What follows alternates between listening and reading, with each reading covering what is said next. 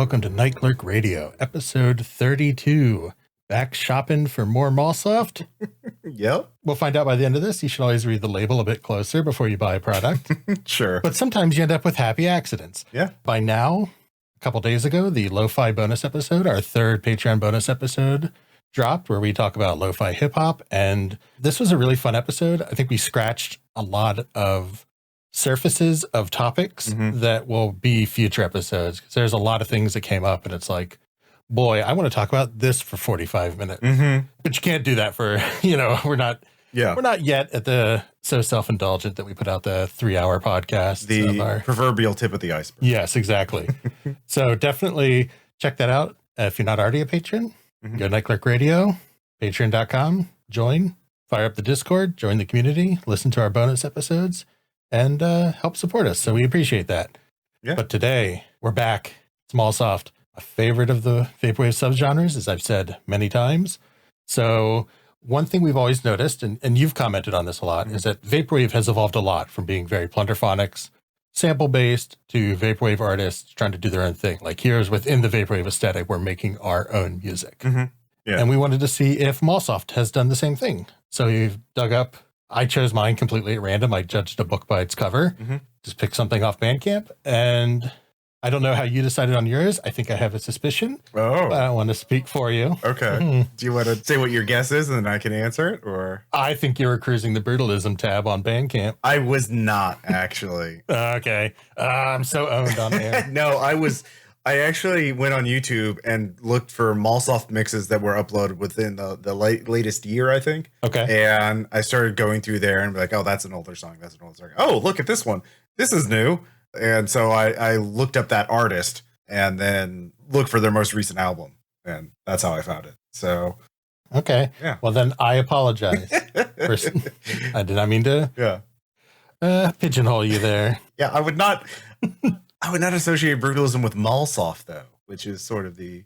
Well, some malls are. Yeah, but like that would not have been my go-to move. That's not even the top 10 places I would go for Mallsoft. Oh, okay. Yeah. Well, you know what? I applaud you because you had way more focus than I did. I just went to I'll just say a post-Mallsoft tag. I found out that's a thing. Yeah. Which makes sense. You need to post everything. Yeah. There's rock and then now there's post-rock. Yeah, it totally makes sense. I mean, there's post-vaporwave and stuff. And I just was scrolling down until I saw a cover that looks cool. And I checked it. And I was like, okay, let's just do this. And it was a choice. It was a choice. I really liked it. I'll spoil the whole episode there.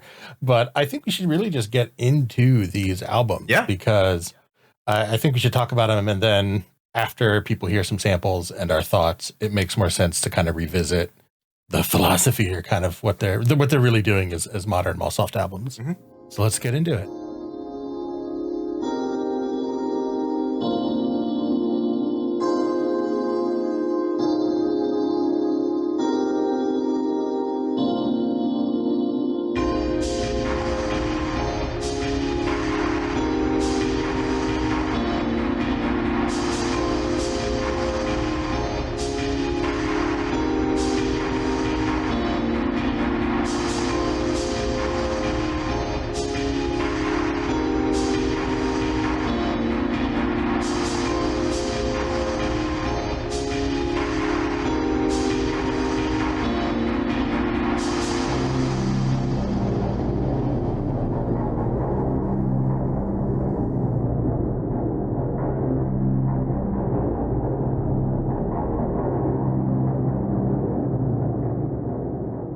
That was from the track Perfume and Jewelry off the album 4D Gradients by Ropumal. I don't know if they want you to literally translate that into Ropumal because that's what Ropu is.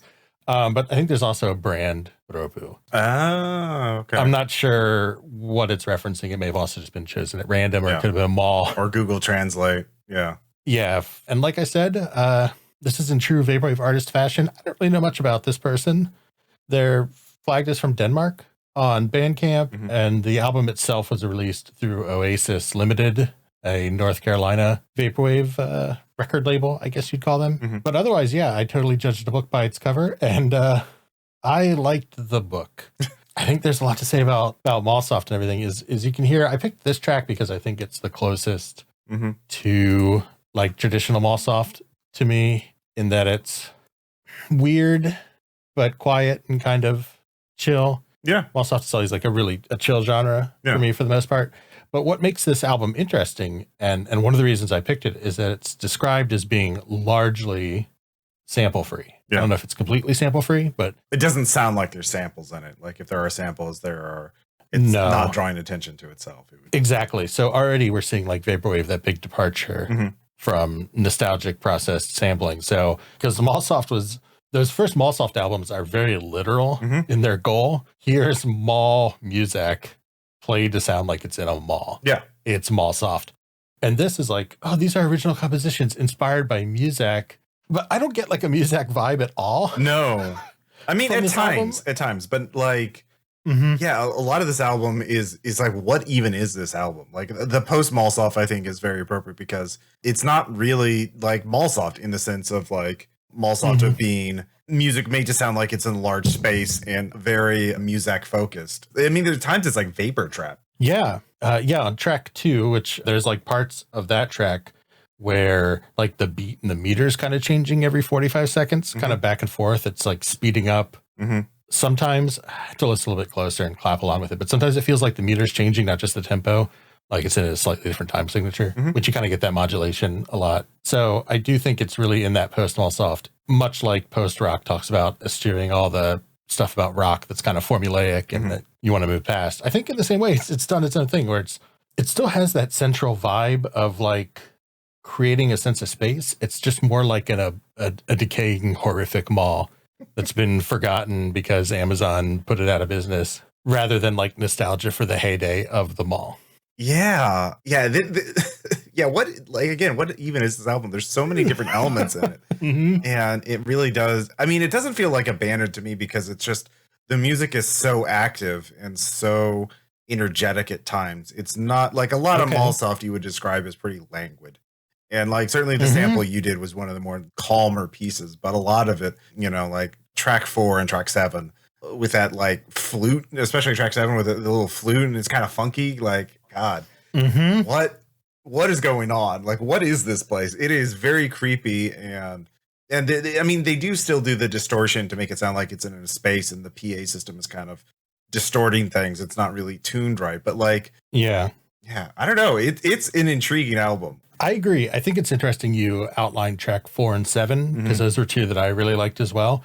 So track 4 is just this like long cacophony of like chimes and random percussion. It's like a xylophone almost. I don't know, or a synthesized xylophone kind of. I don't know what. There's a lot going on in there. There's chimes. There's definitely drums, but not like a drum kit. More of like hand drums, almost. It sounds like, or entirely just toms. And then every so often there's like a big chime, which kind of sounds like a cash register till almost, and it just goes. And that's one thing I really liked about this album. I don't know why, but I really love that they just let these tracks go for like 4 to 6 minutes because there is so much to listen to and process. Track length is really a funny thing because other times I praised albums for only having like, you got this sick beat and you just do it for 2 minutes and you move on. Yeah. So it's very contextual, of course, but I think it really works. And then, track 7 has this wind chime. Like you said, flute. I think it's like a big pan flute because it's very deep. It's like a much lower register than a flute. Some type of pan flute is really interesting. So which leads me into like the other half of this album, which is some of the synth choices, like patches, are almost the nostalgia. Like they're really quote unquote cheap, like old Casio style. Oh, yeah. Synth work. Yeah. So on, I think, track 3, it's like string synth, and like strings have gotten really realistic sounding if you have like a good synth setup. I watch like Rick Beato does that all the time, where he'll play stuff on strings through his keyboard, like just some string sample, and it just sounds like a violin quartet or something. And this is that old Casio keyboard, like, and the same thing later in the album, but they have more Casio like brass and woodwind type sound. So there's like that really interesting element of like production nostalgia, but in something that's still like really clean and layered and rich. Yeah. And later on, it does get more Mallsofty in that it starts slowing down, and there's a bit of like for lack of a better term, entropy, as like things kind of decay and break down, like the last 2 minutes of track 8. And I think it's track 11 that has this like static popping up, like just on the, like for me on the left channel, like it was very, very stereo sound, which is very cool. I really dug that. And by the end, it gets very spacey, very ambient. Yes. And there's a lot of dark ambient in my Mallsoft on these albums. Yeah. So you're kind of pointing towards the other sample I wanted to play that is, I wanted to pick something that's kind of a counterpoint to that Perfume and Jewelry, that intro sample. So here's the bit from track 14.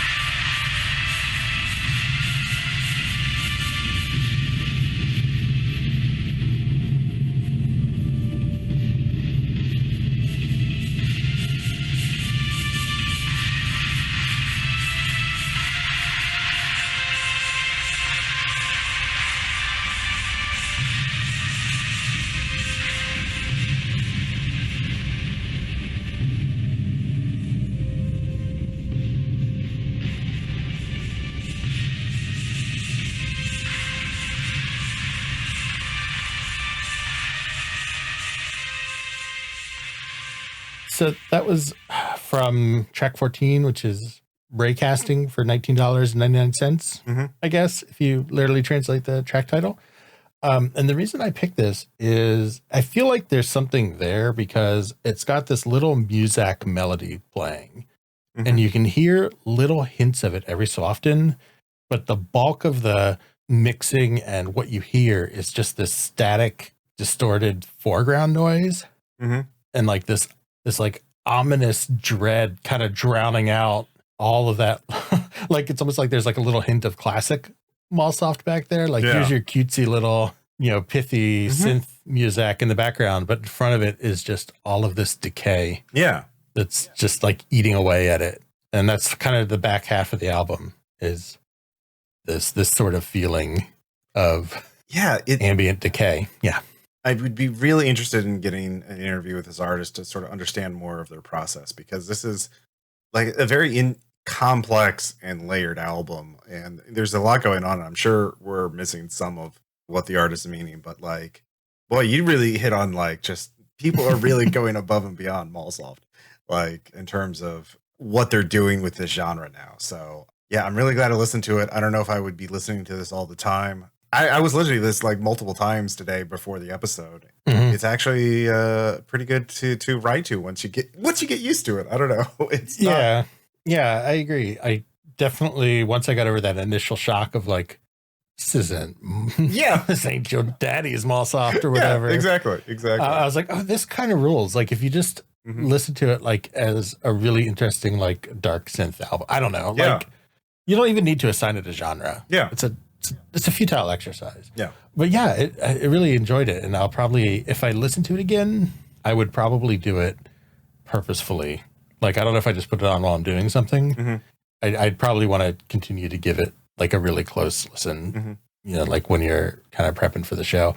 I think my description, because I haven't talked about them in a few episodes, I said like, this is my kind of like abstract art. And I have roughly the same sense of expectation result dissonance as when I watched season 3 of Twin Peaks for the first time, because you expect a lot when it has like Twin Peaks on the title and you get none of that in season 3. Like that's kind of the joke. Like season 1 and 2 was, I don't know, maybe how Twin Peaks is Mallsoft, maybe, because season 1 and 2 is kind of like making fun of the melodrama and kind of the nostalgia and like the good old days. And like, there's not good stuff behind that.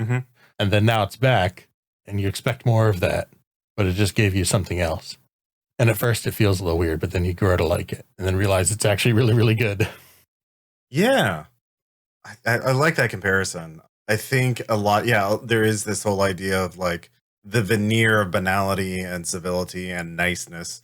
And then, but inside it's all rotting, beneath the Now there's not even a veneer. Yeah, exactly. There's not even a veneer. You can see the black mold seeping through. Yeah. Anyways, you should listen to the album. You should. Yeah. And I think we're going to move on to our next one, unless you have anything else you'd. No, I do like All the right. title. It's just very vaporwavy. 40 gradients. Yeah, and the album cover is great. So look at it in the episode art or on Bandcamp. Okay. But for now, we're going to move on.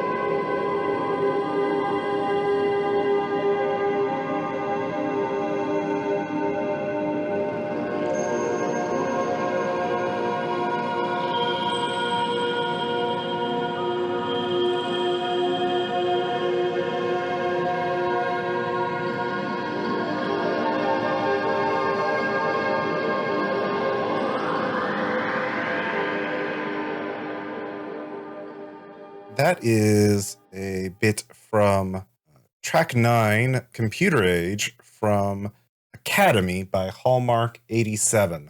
When I found this album, I did send Burke a GIF referencing Amiga Fault. This album was made for me because it is a brutalist themed vaporwave Mallsoft album. The description is very apt.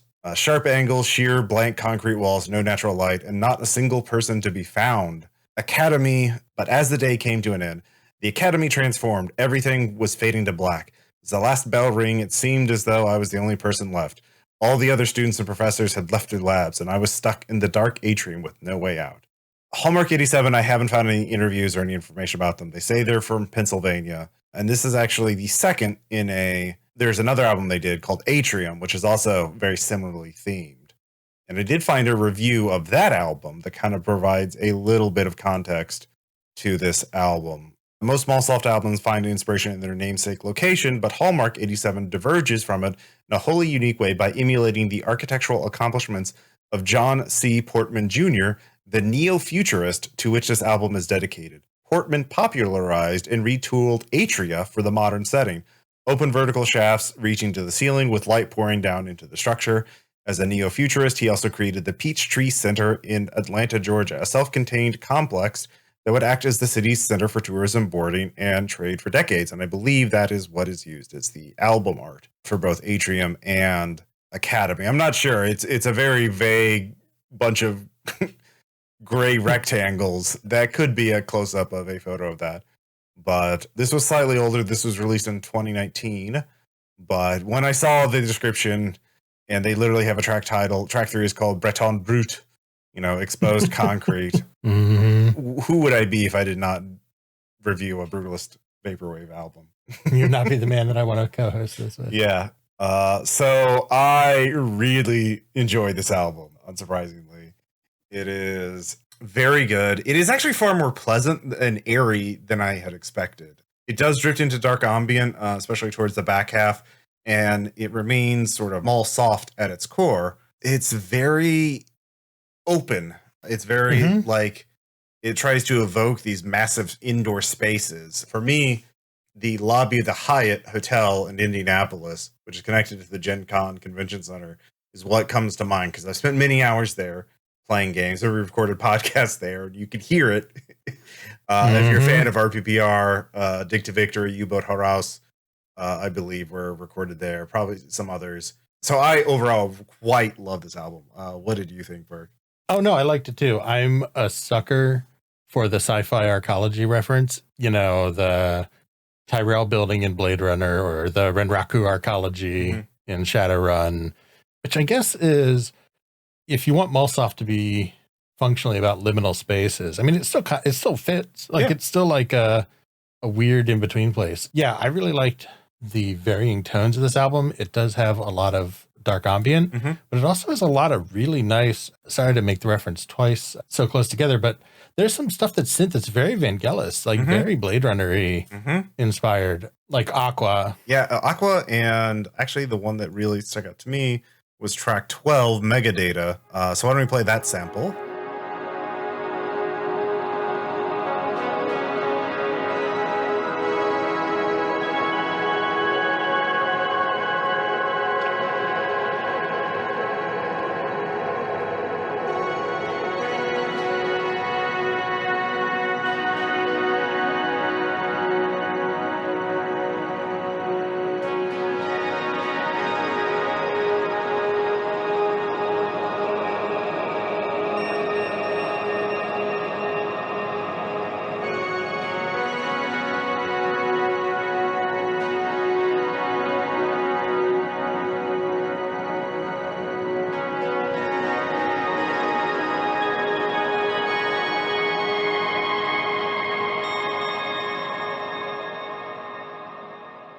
That is extremely Vangelis.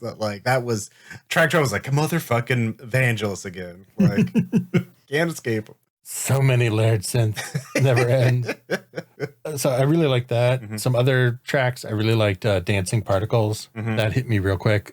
Just those dreamy arpeggios. I just love that sort of feeling. Yeah, and the little chimes kind of. Mm-hmm, Yeah. No, it's quite pleasant. The thing about, and the genius of this album is that they realize Mallsoft does not end with the shopping mall. It's evolved since this subgenre sort of came about. You know, early Mallsoft albums were just sampling and reverb to make it sound like it was coming from a PA, a speaker. Physical shopping malls may be sliding in the dustbin of history. The idea of mall ambience is still with us. I mean, how dissimilar is the shopping mall to other large buildings, especially with these vast lobbies, hotels, convention centers, offices? They all kind of radiate a certain mallness to them. They use similar kind of interior decorating styles, similar systems of surveillance and control to keep people calm, and like the air conditioning slightly too cold to be comfortable. The music's a little weird. The acoustics are extremely weird. And it's this banality of the commercial architecture and a genial indifference to human emotions. And that'll persist even after the last shopping mall is torn down. And that's what Mallsoft should capture. And that's what this album is capturing, because it's, again, these incredibly large indoor spaces where you look up and it's 300 feet to the ceiling. It's just open space in front of you. And that feels kind of weird. I mean, medieval architects would only use that for the church, so you could commune closer to God. Now you're just waiting to meet some people at a hotel before you go on a trip. Why? Why would they do this? It's funny that you mention all those hotels, and we won't get to like inside jokey with it because I don't know how many of our listeners have gone to Gen Con. Yeah. But all of those hotels are so big and so weird around that convention center. There's like the one with the weird angel statues. Oh, yeah. With the trains, too. Yeah, there's like a train. Like some of the rooms are in like an abandoned train. It's just these weird spaces. So yeah, they can only be captured through really weird music. Yeah. Which I think is appropriate. Like, I think I really like your point about Mallsoft capturing that liminalness and that decay that's always going to be there. And it's just really appropriate, I think, to listen to this stuff now because we're somewhat post-mall as a society. You know, like physical shopping is kind of going away, you know, a little bit each year. Yeah. So those spaces are becoming even like more decayed and abandoned. I know I've said this a long time ago, but we have a lot of new listeners. The mall in my hometown is a very famous abandoned mall. There's lots of videos of it on YouTube of people urban splunking through it. And it took, from when it shut down, 10, 15 years for anything to like think about opening up in there again. Like in 2020, they decided to open a new movie theater. So I don't know how that went, but it's still there. And they do like 1 or 2 shows a day. But yeah, it's just this weird decay state. And I'm really glad that these albums have captured that. Yeah. Because I think it's almost too naive in 2021, 2019, when your album came out, to kind of keep doing the same appeal to 90s nostalgia that you would do in 2014. Yeah. I'm really glad the genre's evolved. And this album really captures it because of the sort of like duality between the pleasantness of the music, but also sort of counterpointed by the dark ambient. Let's play a sample from track 3, which is also the longest track on there, I believe, Breton Brut, which is like 11 minutes long. This sample, I think, gets a bit of like the Mallsoft and the dark ambient.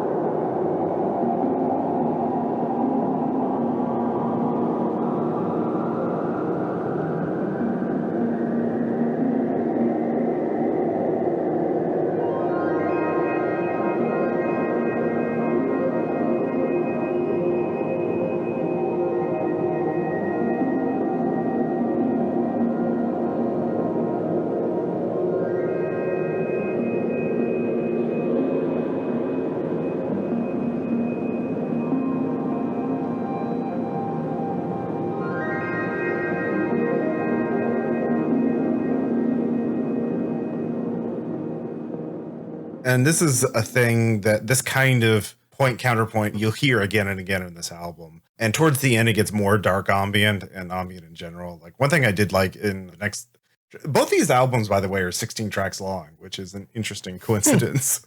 Concrete Birds had some kind of synthesized bird calls in it in the middle, and I thought that was pretty nice. And there's a lot of these wind sounds of wind towards the end, just emphasizing the emptiness of the space. And yeah, it really does feel like you're alone in this building and the music's just on a loop and you're just hearing this eerie music as you're wandering around a very clean but desolate structure that is far too large for your needs.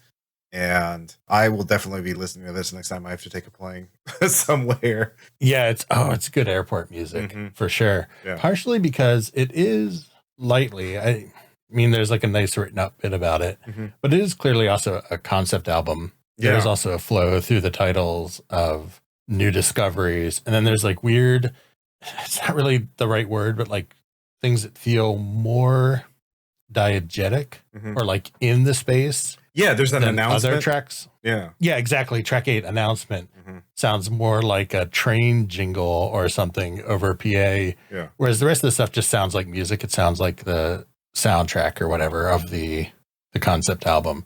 But you're kind of moving through this academy. And the last track is called Breach, which is very it's dark ambient is literally what it is. It's a lot of wind blowing, scanner sweeps and these phase sweeps and wind and everything is kind of drawn out. It doesn't have as much structure. I feel like this is the kind of music they would play in the Federal Bureau of Control and the video game Control, like before the monster things, whatever you want to call it, the hiss invaded. Like that's the background music for that place.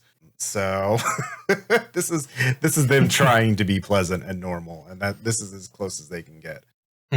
So yeah, it's very good. I'm definitely going to listen to the predecessor album to this, Atrium, because like that's been uploaded to YouTube and that has like over 100,000 views of people listening to that album. And so there are reviews of that giving it like, oh, this is one of the best albums I've listened to in my entire life on like Rate Your Music and Album of the Year. So I'm quite interested to explore Atrium, but that was released in 2018 or 17, I believe. So I wanted to get the more recent of the two for the podcast. But probably Atrium is also worth listening to. I think so. I would listen to a lot of what they have up. I'm definitely also, for our first album, going to check out more by that artist. If you just go directly to their Bandcamp, which is linked on the release Bandcamp for the music, the record label. They have a single and like 2 other albums. Yeah, one of their albums, Ephemeral Dreams, is listed as lo-fi, so I'm interested in that. But also Hallmark 87 is just such a great vaporwave artist name, so kudos to them for coming up with that. So yeah, Mallsoft is still around. It doesn't seem as many people are releasing it like as say Vapor Trap or other genres, but it's still an active subgenre, which is good to see. I'm actually going to listen to that. We another album we considered to review was Ascension from Groceries. I will probably listen to that just to see what we missed. But I wanted to get a new artist in here because we did them on our first Mallsoft episode. So yeah, no, I agree. I think it was good to do 2 new artists. I agree. Both these albums were really interesting. I would say check them out. I'd recommend them. I would just go in with an open mind. Like remember, genre is a nonsense term, so don't let it guide your expectations too much. Don't fall into the trap that I did, which is being like, ooh, what is happening for the first few minutes of my album. But otherwise, I think they're great and worth checking out.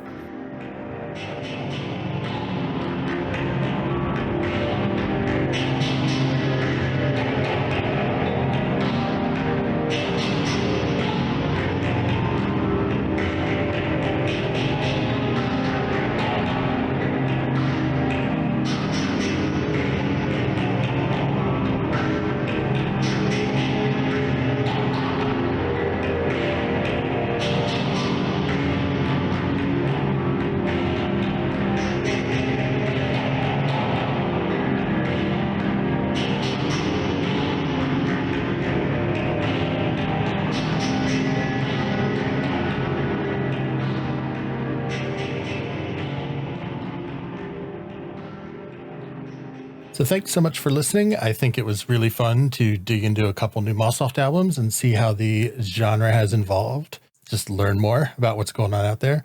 I think I'm going to finish off with one other point that sort of occurred to me during the 10-second pause of that sample. I think it's just really important to kind of stay on top of these things because good art will evolve with the times in which it's made instead of remaining stagnant. And I think it's nice that Mallsoft has evolved. Yeah, for sure. But in terms of also educating ourselves, in our lo-fi episode, we talked about how we want to dig into lo-fi artists. So next episode, we haven't decided who yet, but we're going to go out there and see what is some really seminal, important lo-fi albums that we might have missed because the music is so stream-based. And we're going to come back and talk about it and revisit the genre with a little more focus on specific albums instead of kind of its history and philosophy and the like. So I'm excited just like learning about a new genre. So I think that'll be really exciting. Yeah, for sure. I can't wait to see what's out there. Yeah, me neither. If you want to know what we're talking about, you can find our previous discussion of lo-fi on our Patreon at Nightclerk Radio. At Patreon, we do a bonus episode a month. There's a Discord community, which is full of Ross and other people posting the best links. Yeah, the best, the finest, the finest of links.